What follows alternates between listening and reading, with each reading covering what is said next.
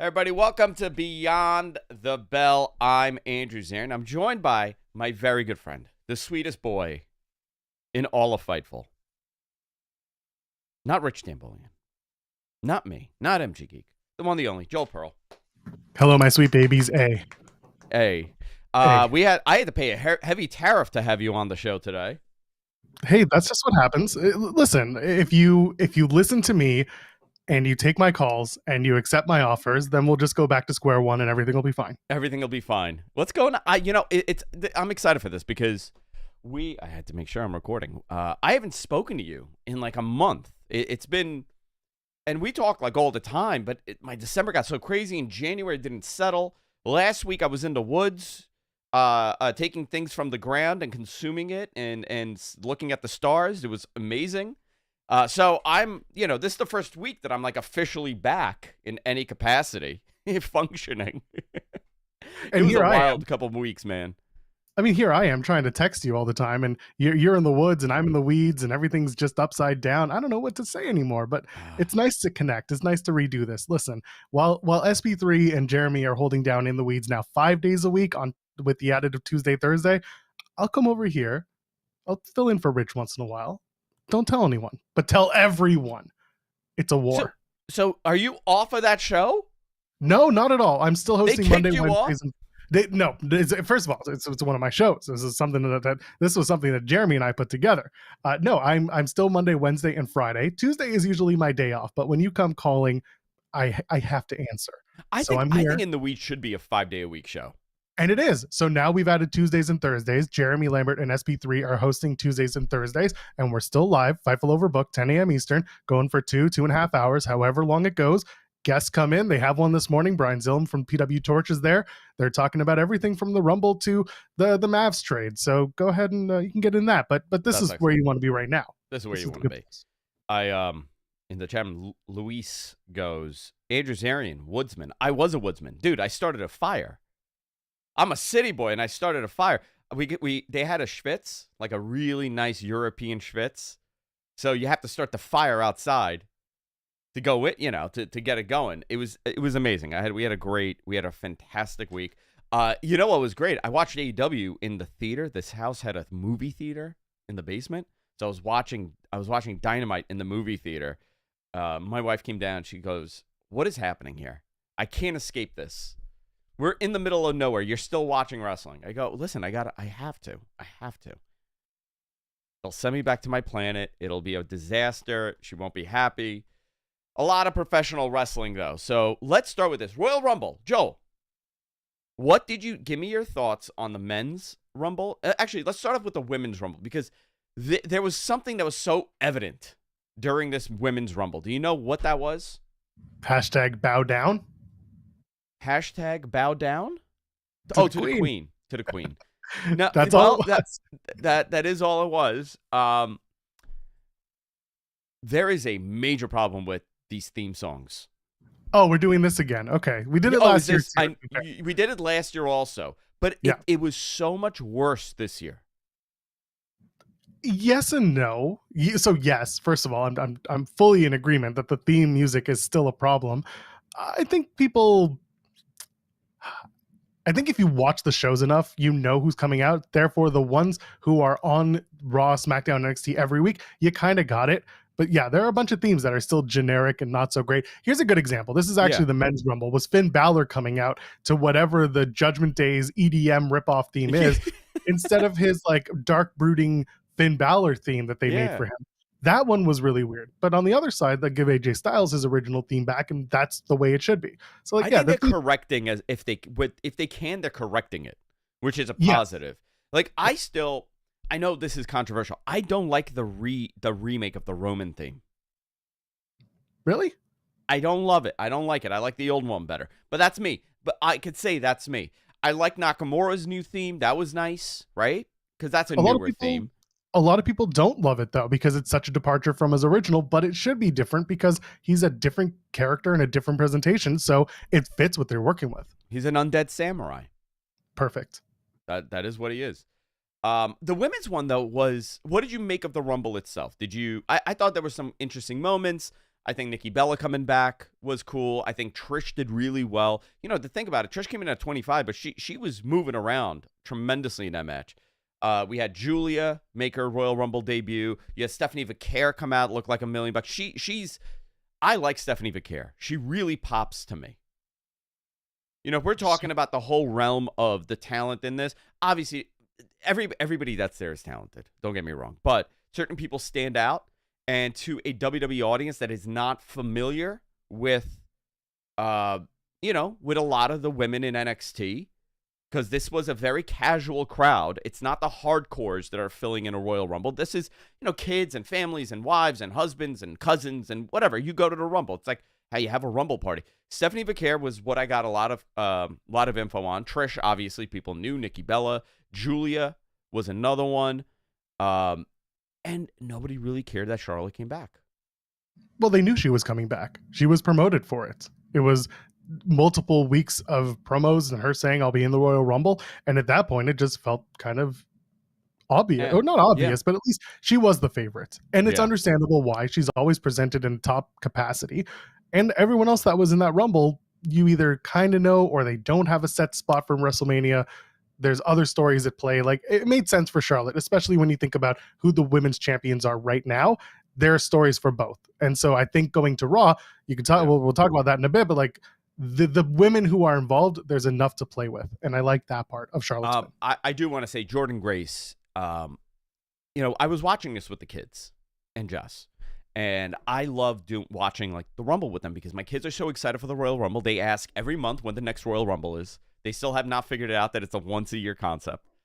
And they really enjoy this. And when Jordynne came out at number 19, I was explaining to Jess, like, her entire transformation, physically, character-wise, in-ring-wise. I mean, this woman changed everything about her and worked so hard to become this character.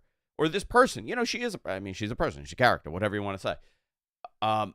It is really like, if you look at the 5 years, since 2020 to today, what a change. A powerhouse is what she's become. I'm going to ask my producer something. MG, I'm putting you on. What did you do to my screens? I didn't do anything to your screens. I'm anamorphic on my screen. Oh, there it goes back. Is nobody sees this, right? And now it's back. No. So see, now we smirk. You literally got something.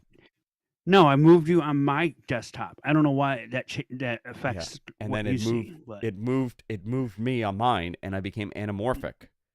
I was a little pinhead. I don't want people to think that's what's happening to me. My face is the only thing I have left. And you're taking that from me. You're the only one seeing it. That is it. It's in your own mind. But Jordynne Grace, I mean, really came off so impressive. And then you had people like Shayna Baszler that a couple of years ago, people were getting really behind. And I thought it was a bizarre hodgepodge in this Rumble. Alexa Bliss coming back. We got that too. Big surprise. And was a really, really fun surprise. Because of course, Uncle Dave said that they were far apart and they got the deal done that Sunday. Yeah. And here's the thing. Dave was right.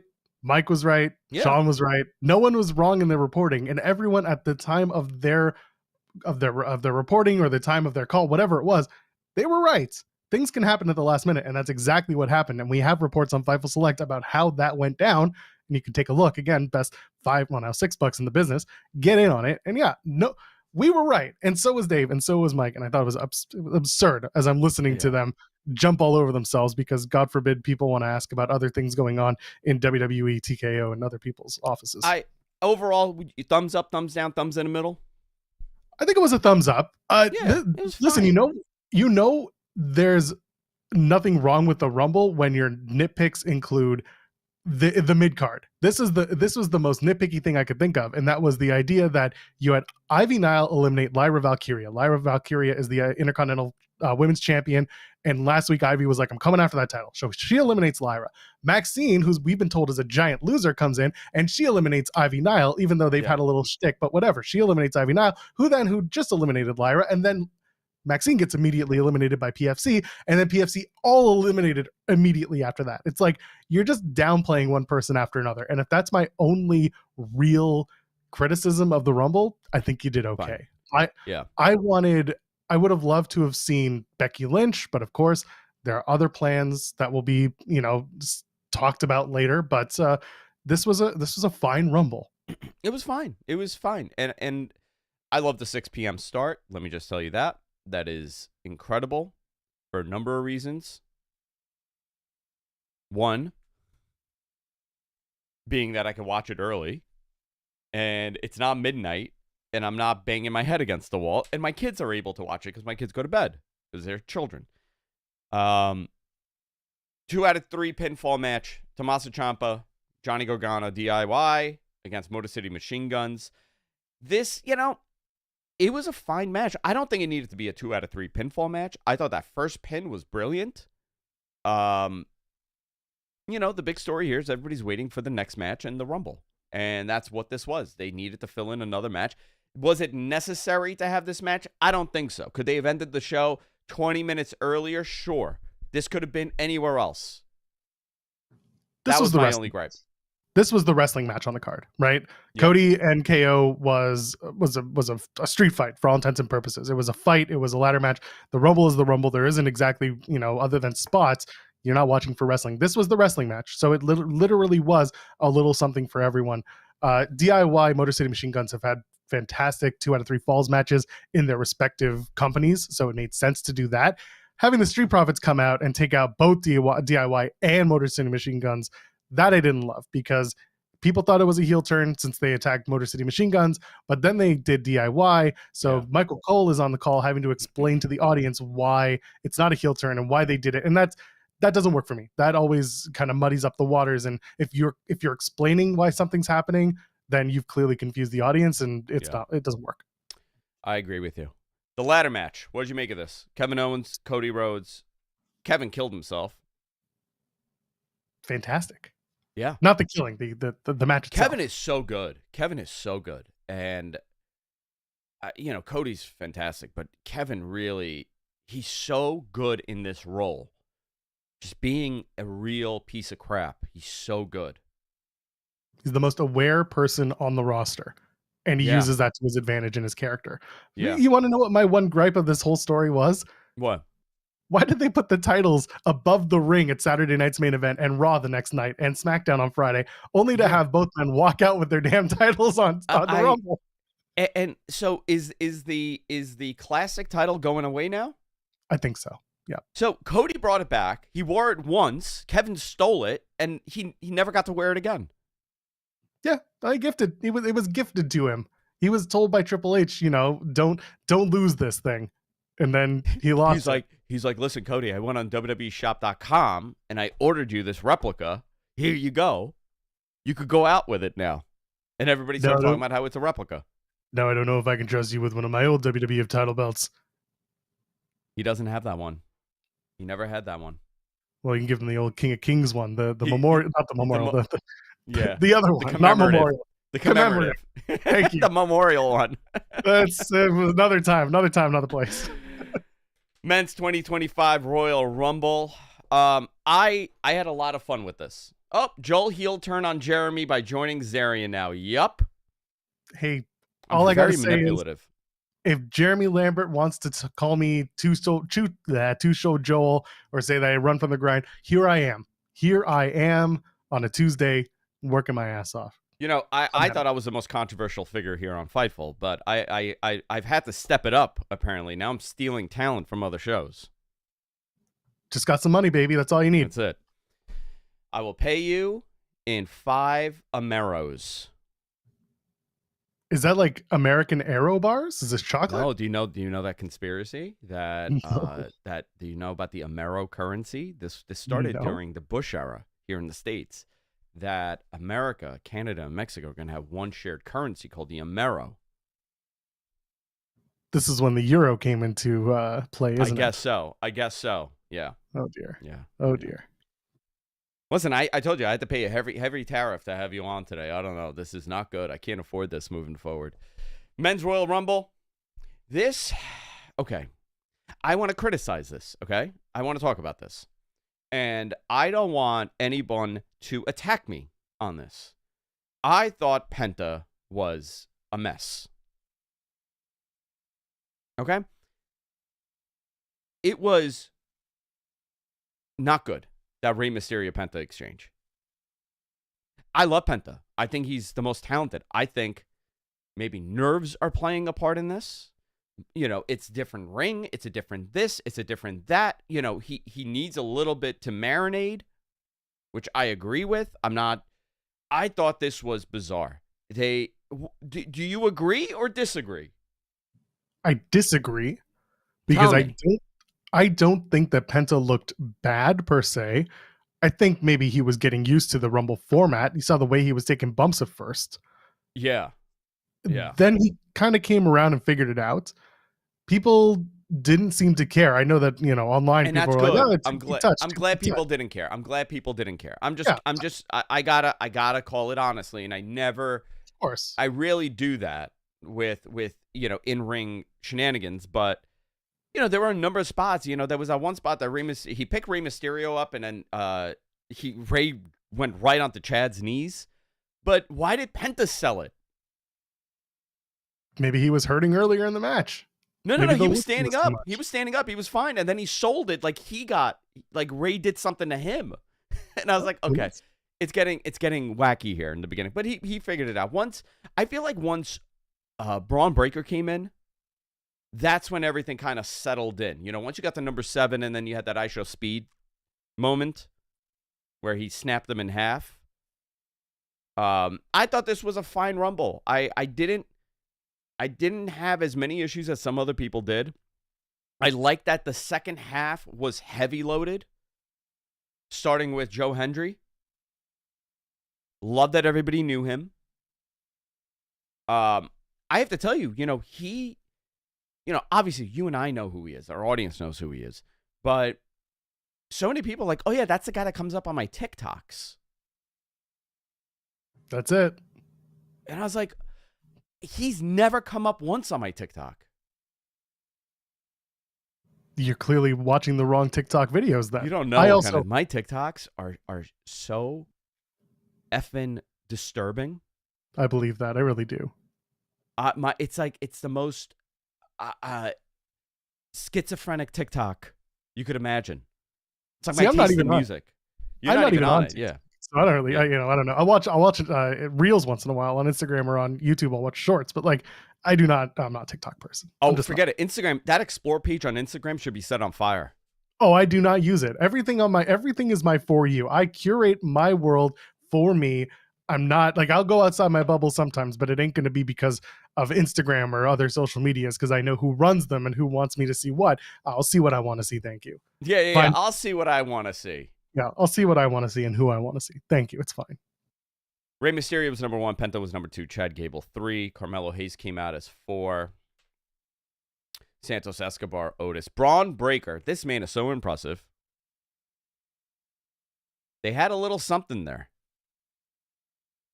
This was a nice showing for him, especially to a casual audience. ISO Speed, Sheamus, Jimmy Uso, Andrade, Jacob Fatu. Another one that really stood out is Jacob Fatu. You know, I always think, right? And do you think this way? I mean, you've been a wrestling fan majority of your life. So have I. And every couple of years, I think, man, you know, when these guys, whatever set, guys, girls, doesn't matter, when they are done, will they be able to fill that funnel with interesting, unique characters that stand out as much as these guys, like a Randy Orton? And I've thought that, you know, the first time I thought that was like the Hogan era. Like, oh, what's going to happen when Hulk Hogan retired? Like, who's going to be there? And then obviously we had the Attitude Era. Then that continued.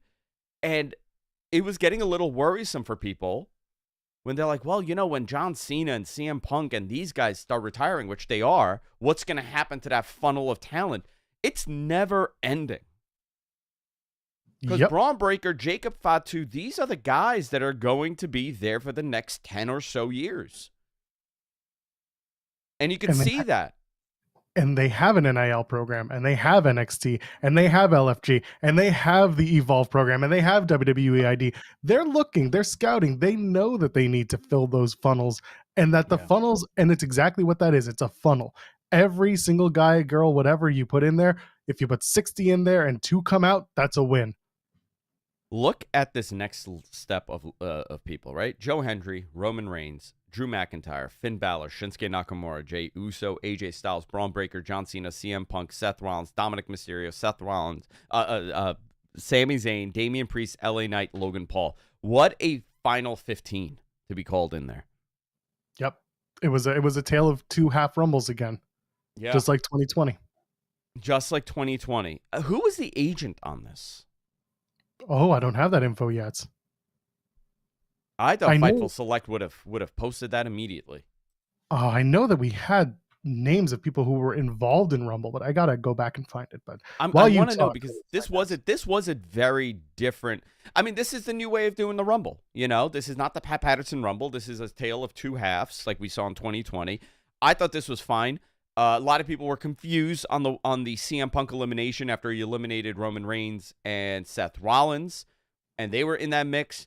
There was a big problem with the elimination of Drew McIntyre.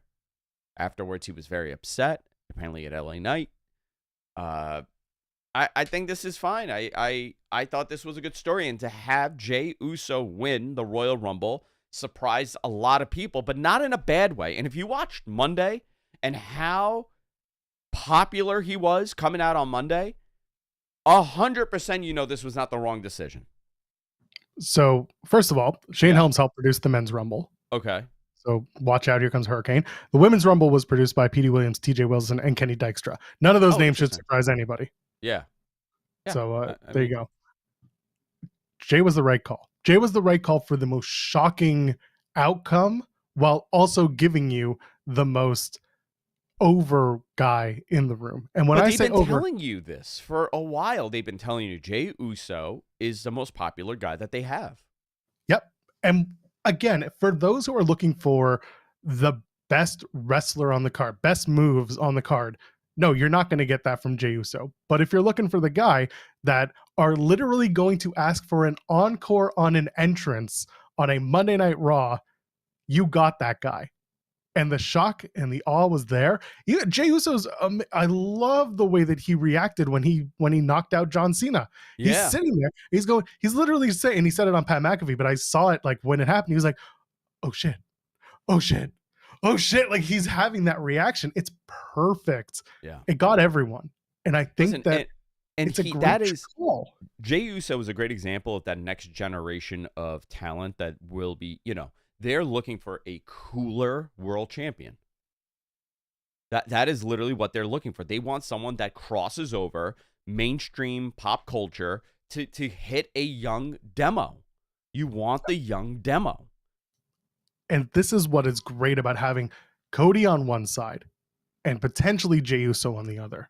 Yeah. You have a complete dichotomy, like a juxtaposition of characters and style. Yeah. You have gritty Jey Uso that people love to do the yeet and they like to do the dance. Like he dresses very differently from prim, proper, ostentatious Cody Rhodes. Like it works on that degree if that's the way that they want to go with it.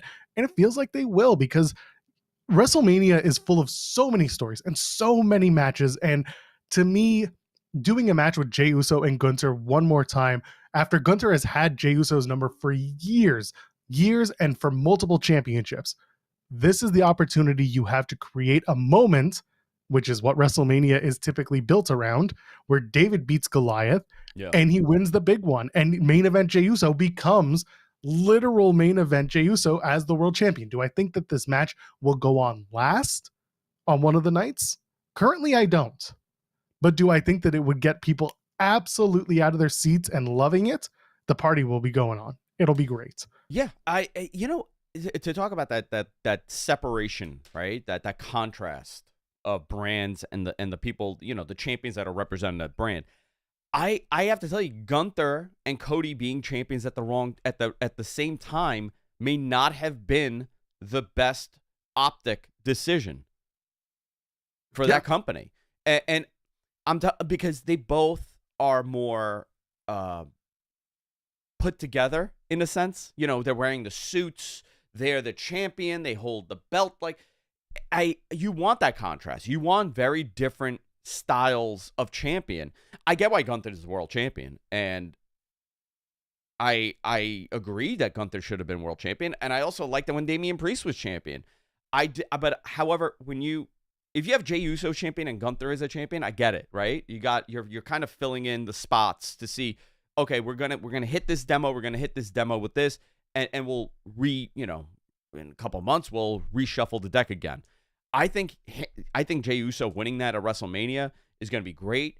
Already, listen, he's coming out with, who did he come out with the other week? He came out with Travis Scott on the debut. He came out with Quavo last week. Listen, he's him coming out with Quavo. There's a reason why they're doing that. They're not. I mean, this is a very different way of thinking for this company. It's opened to more mainstream media. And you're telling a story like, hey, listen, Jey Uso's coming out with, Travis Scott, arguably one of the biggest names in music. How do you, I mean, that message is 100% completed. This guy's a cool guy. He comes out from the crowd. He says yeet. He wears Jordans. They all wear Jordans now. I wear Jordans too. I wear Jordans. I know, they've mainstreamized the Jordan thing. You can thank Liv Morgan for that. Is it her fault? I mean, you can say it's the Bucks as well, but Liv was doing it for a long time in NXT as well. She was coming out, as the Queen of Staten. Not, she wasn't the Queen. She was the Jersey girl. Sorry, Queen of Staten Island. I was thinking of Carmella. Carmella's the Queen of Staten Island. Yeah. Guys, get your questions ready for the end of the show. We're going to be doing a Q&A once we're finished up with Raw. Jey Uso kicked off the show. Oh. Okay, let's go. Let's do the Super Chats. My dog is in here. Do you see him on the corner? Hold on. Nico, come here. And then we'll do a Super Chat. Nicholas, can I help you? You said his name and he disappeared. Yep, there's his tail. Let's do the Super Chat. Thank you, Sultan Zarian. This is $4.99 for gracing us with your presence. If you had to pick one star to build your wrestling kingdom around, who would it be? Roman Reigns. Go with that. It would have to be. How about you? Cody's pretty high up there. Pretty big. And honestly, even again, we're talking about Jey Uso. He's another guy that in the next 3 to 5 years, you might be seeing a lot of people putting stock into him more than they already do. Yeah. What else? Do you have another Super Chat, or that's the only one you want to do? All right. Watch the Grammys, Zarian. I did not watch the Grammys. Buddy, Super Bowl halftime will be. If you thought 4,000 artists screaming A minor was one thing, wait until a stadium starts doing it at Super Bowl halftime. Yeah, that's going to be a big one. Oh, I'm all in for it. Let's go. Okay, AW Shockwave, still a thing. Might go Grand Slam. Okay, oh yeah, because he's in Australia. He paid us with Australian bucks, $2.99. I don't know. That's gotten quiet. Whatever that Shockwave was. People in Warner thought that this is a Fox thing. So there's been nothing on it since December. Right? Because I think it was like beginning of December. As far as I remember, there was always the reporting. There was the whole situation where Swerve was on. He was basically caught, and I don't mean that in a bad way. He was saying it to somebody about maybe we're doing Fox, and people ran with that, and after that we didn't really hear much about the Fox movement. And now you got WWE Evolve on Tubi, so that also re-sparked the AEW Shockwave stuff. I did get a message from somebody. This was interesting, to be honest. There it is. So I didn't know that they were doing this. He goes, "Hey guys, been a fan of the show for a long time, and this weekend I finally got to go to the Royal Rumble. I stayed by the airport and needed an Uber to go to the stadium, and I noticed an ad while waiting for my car. This guy's going to Rumble. What do you think that ad was?" AEW Dynamite. Yes. I know because I know who it was that sent you that, and because I saw it on Twitter as well. You saw this on Twitter? Yeah, I'm assuming it's I'm assuming it's the same person. I don't know. This guy's name is Pete. Was that guy's name Pete? No, it's not. Oh, maybe this is a second one. Not a big fan. Listen to this though. Not a big fan of AEW. Not a big fan of AEW because I didn't have cable. But convince me to watch some stuff on Max. Okay. Tell French Tony Khan that he has another sicko. Pete from Houston. We're doing mailbags here like it's 1995 and we're doing the radio show. I'm gonna DM you what I saw. Okay, send me what you saw. Yeah. Was it negative? No. It's very similar to what you were just saying. Oh, that's funny. Yeah. This person does not watch AEW, and apparently advertising works, marketing works. Oh, let me see this. All right, just send it to you. Oh yeah, this guy. Yeah, no, it was not this one. Okay, but I know you know that guy too. Yeah, of course. Yeah, very fun. No. Yeah, AEW. So this guy Pete got an AEW ad on his way to Royal Rumble. That's great. Man, good stuff. If it gets you watching, go ahead. That's one conversion. That's worth all of it. It counts. It counts for a lot of people. It counts. Sometimes you just got to put it out there. One is enough, or one is a good start. One is a very good start. I had a client that wanted to do taxi tops. Okay, this is pre-pandemic here in New York, and they wanted to take out ads on the taxi tops. And I was like, listen, man, for the money you're going to pay to take out an advertising for your restaurant on a taxi top, you're looking at about $250,000 for the quarter, right? You got about 1,000 taxis that could do this. About 700 of them are probably on the road. The rest are getting repaired. I don't think this is a good idea. And they did it anyway. And they blew through this money, and they got 4 conversions. Trackable. Wow. You know what? 1 for AEW, 2 for AEW. That worked. I say they're ahead of the game right now. Hey, for all we know, they got, well, first of all, the other person I sent you, they were already watching. But like this one person that contacted you, well, that's one. I'm sure other people have been interested. I'm sure other people have checked it out. If it shows up on their Mac screen and they're like, oh, wrestling, I remember that. Same as the Netflix conversation, right? Raw's on Netflix. Yeah. I had friends who had never watched the show before or haven't watched since the 90s. They were suddenly watching with their kids and they see The Rock and they're like, whoa, this is so cool. I don't know if they're going to go to Elimination Chamber in Toronto, but like they had interest at that moment. So It works. So Jey Uso got very emotional when he started talking. He was freezing up a couple of times. Gunther came down and tells Jey he's disappointed. He won because beating Jey at WrestleMania doesn't improve his legacy. By the way, Jey Uso said he's going to SmackDown. He's going to talk to Cody, see what he's going to do. Right? That's next. You also got Penta and Ludwig Kaiser. Penta looked good here. Yeah. Solid match building out of the Rumble. Solid match. So Charlotte comes out as a babyface. She talks about how much she misses the fans, and they start booing her. And they boo her, and they boo her, and she's pouring her heart out and saying this injury was so bad. Boo. And she kind of like snaps back at them. And it's like, you people don't understand. You guys don't get it. What did you make of that? Both of your champions are baby faces. Technically, all 3 if you count NXT as well. Why aren't we just leaning into this? I get that she came back, and I understand that people had a big reaction for the return of Charlotte Flair. It was a big reaction. People had a big cheer off. It was great. She won. There was a lot of cheers. But whoever decided at that point, oh, she should still be presented as a babyface are crazy. That she's not. She is a wonderful bad guy. She is a wonderful heel. Do not try to present her as anything but to do a heartfelt, I never thought I'd come back. Do that in media. Do that in a one-on-one or whatever, like a different presentation. Don't do it in front of fans. Do what you're supposed to do when you're going after 2 very popular baby face champions, maybe 3 if you count NXT. Don't know why they didn't try to pivot or at least give her the opportunity to pivot. It just felt really awkward. Yeah, no, it was not good. It was not good. Rhea came out, said that she respects Charlotte and she should challenge her, but Charlotte said that she's going to go down to NXT and what's going on there and see Julia, maybe Tiffany Stratton. I mean, the match should be Tiffany and Charlotte more than Rhea and Charlotte. There's history on both sides, which is why I appreciate the fact that Charlotte won. You Yeah. can do something with both. You know, Tiffany and Charlotte, I kept saying that if you're going to do the one promo, it's going to be Charlotte saying, you know, I'm the, I forget what the wording was, but essentially I'm the original and you're the facsimile. That they play on she is the OG. And then with Rhea, they've done a WrestleMania match. Now Rhea wants to get her win back, whatever it is. Like, they could do more with it. But Yeah.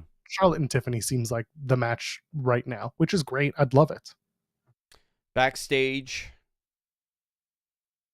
who confronts Io Sky? Yeah, that's what I thought. I'm like, Real confronts Io Sky. Rhea confronts Io Sky, wishing her luck before Liv Morgan attacks Io. Raquel then attacks Rhea Ripley, setting up what happens later. You got the New Day defeating the LWO, which was Dragon Lee and Rey Mysterio. That was nice to see Dragon Lee on TV. The New Day has a new theme for the first time in many years, okay, because they're heels now.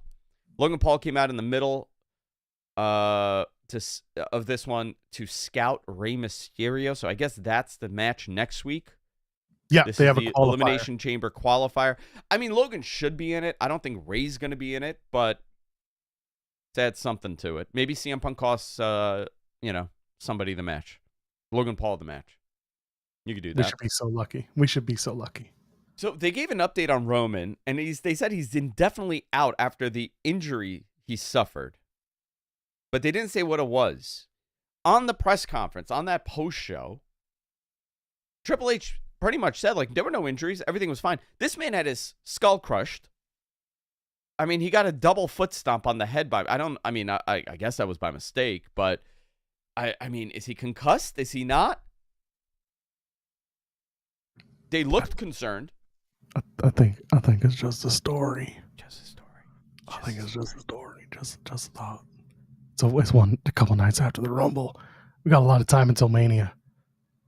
So he's hurt. But we'll get an update.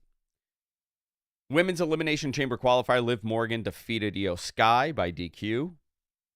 Shouldn't have been a no contest. This was a really weird finish, and I really did not like the way it went. Rhea Ripley comes out and gets into it with Raquel Rodriguez, knocks her down, and then Liv Morgan tries to get at Rhea, and Rhea clocks Liv Morgan, and that ended that gave the disqualification finish. But it doesn't make sense because Liv was the offending party, so the referee should have used his discretion to let it go if we're talking about a real life scenario. Instead, they just said it's a DQ, Io's out, Rhea's in, and they teased Rhea and Io once, so maybe that's the world title match at Elimination Chamber and whatever. But it was a really weird finish. I don't think that it made sense in the grand scheme of things. Adam Pearce says that AJ Styles was the final get for Raw via the transfer window. So he's on Raw. Great. Braun Breaker tells Pearce to keep AJ away from him. Okay, so that's the program, I guess. Seth Rollins is out. He breaks down his experience in the Rumble, men's elimination qualifier. You also had CM Punk, Sami Zayn. This was a great match. Yeah. Okay. Have we ever gotten these two? No, they made reference to this being the first time these two have locked up, and I really enjoyed that they gave it to us as an elimination qualifier, had stakes. By the way, the Seth Rollins promo was really to give CM Punk and Rollins some one-on-one time on the ramp. They went at each other, so they're leaving that fire simmering, which was good. But the match between Punk and Zayn was very, very well done. Good stuff. Very well done. I know that they used to hang out when he was El Generico. They never worked together. Yep. Fascinating. This was a great match. Kevin Owens would attack Sami Zayn at the end with a package pile driver. So I guess we're giving Kevin and Sammy for the 10 million time, which I'm okay with. Yeah. These guys have wrestled their entire lives together, and they will continue to wrestle their entire lives together. And there's so much history there. And you could add a stipulation to it if you really wanted to, but these two, come on, they're going to beat the crap out of each other. If they were to do it in Toronto, that would be the funniest thing to me, to watch the Canadians have to pick between the two very popular Canadians. I don't think they'll do it, but part of me wants to see the chaos just because Yeah. I hope to be there, and it'd be very funny. I'm gonna keep MG's picks for Mat Men. We're gonna make that a segment on Mat Men. I'm gonna skip that. Alexa Bliss also signed a 5-year deal with WWE. WWE has also released Duke Hudson. No reason was given. Not yet. Not yet. At least not yet. Tomorrow night on Dynamite, Will Ospreay versus Don Cal's family mystery member. Ricochet versus Swerve Strickland. Kyle Fletcher and Takeshita versus Buddy Matthews and Brody King. Queen Aminata versus Tony Storm. Get your questions ready. We're going to do a quick Q&A, and then I am out of here. MG? Let's go. Oh, I put you on. Now your mumbling's on the air. Oh boy.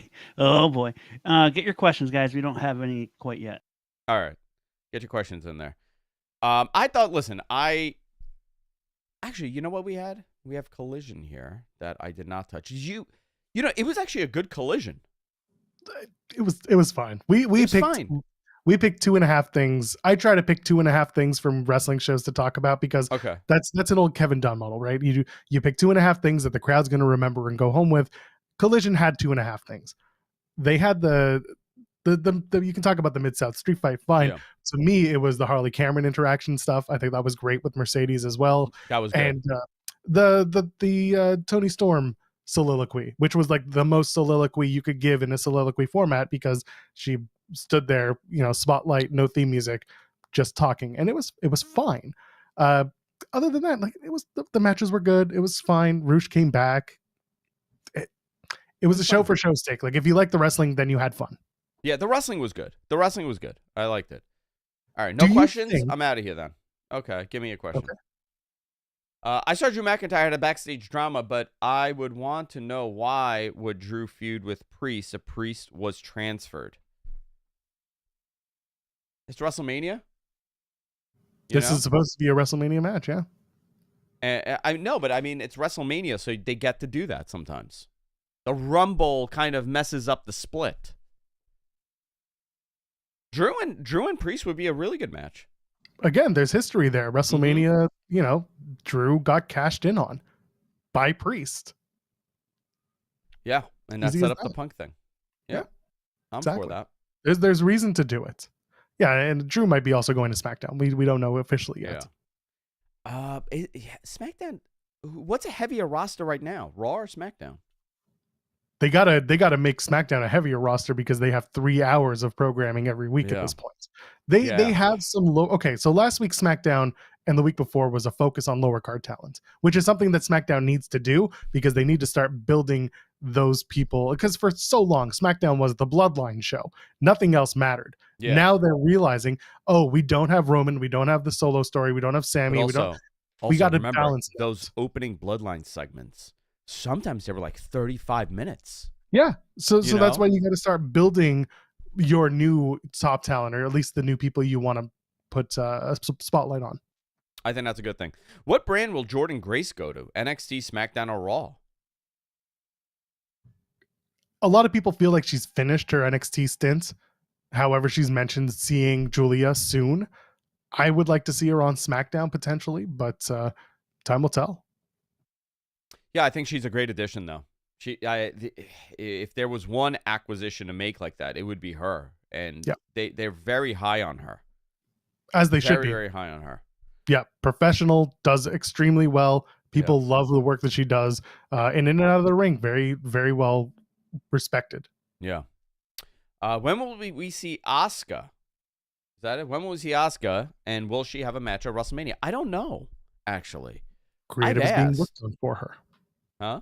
Creative is being worked on for her. Yeah. So I don't know if it's going to be Mania or not, but post-Mania, you could have her come back and do something.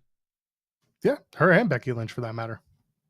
Well, Becky too, right? Becky's probably sooner than anything else. Yeah.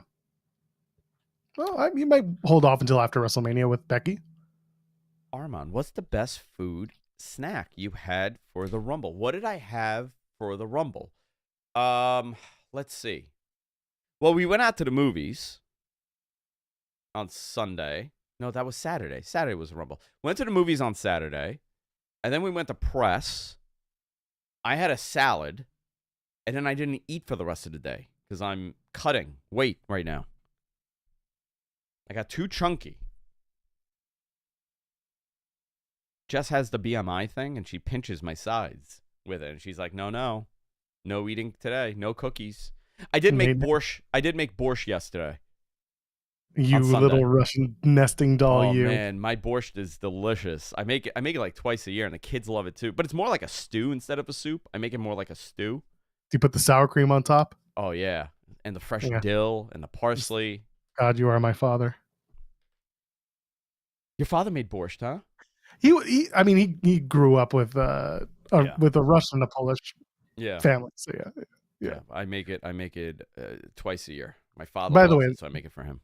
The only answer to the question, was it the best food? What's the best food or snack for the Rumble? It's cheesecake. It's always cheesecake. Is it always cheesecake? If you know, it's always cheesecake. Meat Normus is asking, is it meaty? Yes. I use short rib, and I use filet. I use short rib, and I used a London broil. It's very meaty. Love it. It's very meaty. All right. Anything? When will we see Asuka? Drew's apparently going to SmackDown. Yes. Okay. When they tune into Dynamite and see a shit show that Tony Khan is booking. I mean, listen. I know that's a narrative here on how bad AEW is. I know that's a weird narrative out there. Guys, you have not seen bad wrestling. If you think that is bad wrestling, you have no idea what some of us have endured watching terrible professional wrestling for years on end. Children, the year is 1980. World-class championship wrestling exists.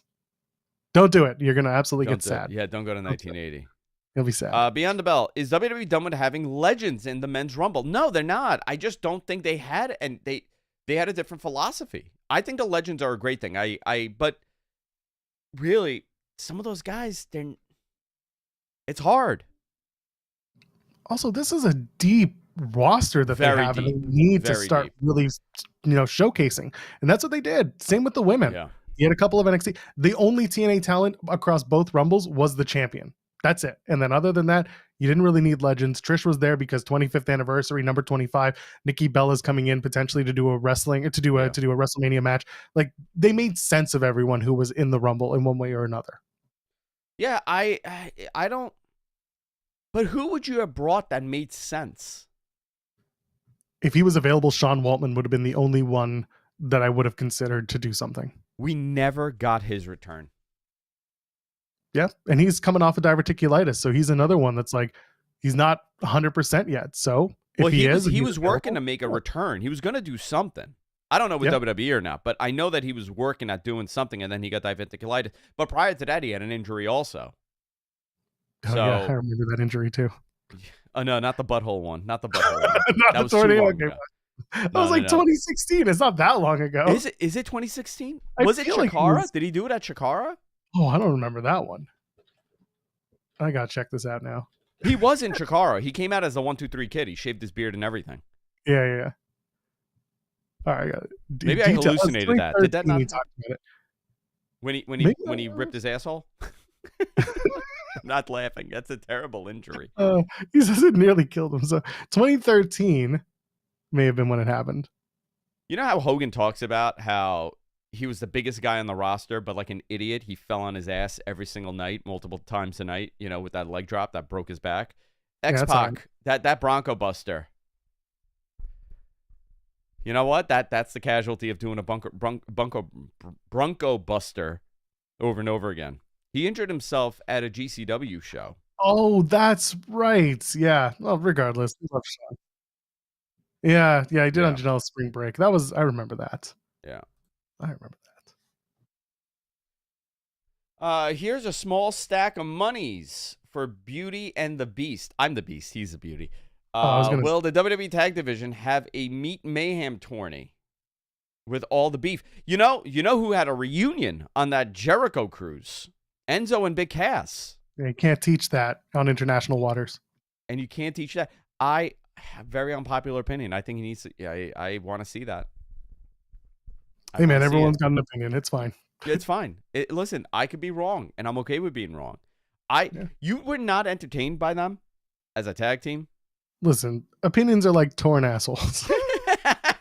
Everybody gets one eventually if you do a Bronco Buster.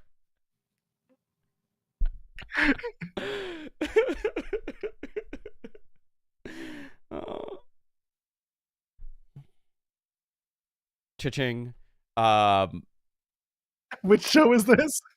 I don't know anymore. All All right, let's do one more. One more question and let's get out of here. By the way, yes, they should do a Meat Mayhem tourney. They should absolutely. Why not? That tag definitely division has suddenly become big boys, and I love it. Well, look at it, right? The champions are the biggest of the boys. Hell yeah. They come from the planet of rocks. Let's go. I want to see the boulders go at it. Let's do it. Okay, so you have those. Who else is a giant meat boy tag? You do have Brody King. Yeah, Brody King and Buddy Matthews would do that. Yeah, that could count. That could count. Gates of Agony. Gates of Agony. Elias is now going in. Elias is joining. Oh, they're with the right. I wonder what the contract situation is with the Righteous. That's all I have to ask about. But who was the other group that I was thinking of that would fit into that? That Reynolds and Silver from Dark Order would try to get in on that. Yeah, they would do that. Okay, you could do that. Yeah, I'm actually, out of all the things, the AEW tag division, I think the emphasis is going to be put on that between Shelton and Bobby holding those titles. Now it gets interesting because it's not generally that tag division is pretty lean, like size wise. You don't have AEW does not put titles on the big giant guys. Murder Machine, he has another meat enormous tag team. Yes. Yep. Maybe, you're seeing the success with guys like Hobbs that people are into and Big Bill or people are into. Maybe you do a little pivot here and you're like, okay, let's give the big guys a chance to do something. Well, they wanted to. But one of the big guys they wanted to pivot and it doesn't want to be there no more. So, you get what you get. Which one? Which big guy? All right, what is it? Booking idea. At Dynasty, Cope beats Mox, becomes AEW champion. Christian Cage cashes into contract, beats Cope, becomes AEW champion. Thoughts? I really want Wardlow. That's what we were talking about. Yeah. I really want Edge to win that title. Cope to win that title. I really want to see Cope and Christian in a tag. Okay? I don't necessarily want to see Christian with the championship. I don't love it. If it's a transitionary move, okay, explain that to me when you do it, but I don't think Christian having that title is going to be as much of a positive as Copeland winning the title. NYC Demon Diva, Issa's here. She's the best. I'm going to mandible claw her. You should fight her. When I see her, that's what she's getting. She's getting a mandible claw. That's how I greet all my friends, male and female. Come to Toronto. Come and see us. Not you. Am I allowed? Are we allowed? I mean, if you can make it, come and join us. Yes, absolutely. What are you guys doing in Toronto? What are we doing? Well, there's a show here at the end of this month. What show is that? There's a SmackDown and an Elimination Chamber. Are you going? I plan on it. I have submitted my credential request. If I get denied, then I will not be attending. Nice. But Sean's also coming. Sean will be in Toronto for that. Oh, good.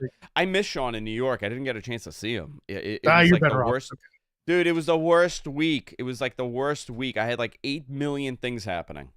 That was Christmas time, so you got an excuse. Yeah, you're fine. Yeah. Christian holding the title until All In Texas when Darby beats him. I say yuck to that, Ed. Not for me. Also, would you do that at Dynasty or would you do that at Revolution? Because Revolution is first. Dynasty is in April. Revolution's in March. Revolution is first, yeah. And it really feels... I don't know. Or you know what you could do? You could have him cash in. Everybody will think he's going to get it, and something happens. And he doesn't get a chance. I think that would be the best case scenario. That you did the thing to upset everybody, and you're like, no, and then you're like, they're like, okay, thank God. What happened to Thea Hale? Oh, She's I believe she's had some back issues. Yeah. So she's been on the released like Duke Hudson. Duke Hudson, when? Let me see Duke. He was on the main roster. They brought him Right. up for a short time, then they brought him. Then he was back down. Yeah, but when did? No, it was the Paul Heyman run, right? Oh God, that now you're asking too much, but probably yes. Yeah, hold on. 2021, he was a breakout star. When did he go to the main roster? He was on Raw with 2020. Shane Thorne in 2020 during the pandemic. Yes, with Shane Thorne, he was on. Yeah, yes. Now, yeah, it was Paul. Paul was very high on him because he's tall. Yeah, He's 6 very foot tall. 5. 6 foot 6 foot 5. 5 as his Twitter handle will let you know. His Twitter handle does let you know. He's a tall boy. All right, are we done? Or do we have another one? Okay, I'm done. Guys, this was a blast. Joel, always a pleasure. You're the best. Love you. Does not matter what Issa says to me. You are the best. Don't listen to her. She's going to get one of these. Right in the face. Want more, Andrew and Rich? Tune in every Friday at 10:30 a.m. Eastern, youtube.com/Mattman Podcast. I'll be back later this afternoon with Garrett Gonzalez. Not here, somewhere else. Doing We're Live, pal. You can check me out there. And everything else I do is on X, at Andrew Zarian. Joel, where can people find you? Easy to find at Joel Pearl on other places. But really, you want to find me on BlueSky at thejoelpearl.com. It's a mouthful, I know, but that's the way it goes. I'm in the weeds every Monday, Wednesday, and Friday on Fightful Over a Book. That's our sister channel. Jeremy Lambert and I host a morning show where we talk about nonsense and a bit of wrestling. Now we're a 5-day-a-week product. So right now, if you go over, you'll find SB3 and Jeremy Lambert doing their show. So go check it out. That's In the Weeds. And I host the TNA post show on Thursdays with Cresta Star. So if you like TNA, I also cover TNA. Talking about In the Weeds. Oh. Poor SB. He watched me lose my mind at that Ring of Honor show. That's fine. He enjoyed it. I went to another planet. It was so fantastic. I was in an old opera theater. It was 1910 for me in that building. It was I transported. I went to a different place. It was incredible. All right, guys, that's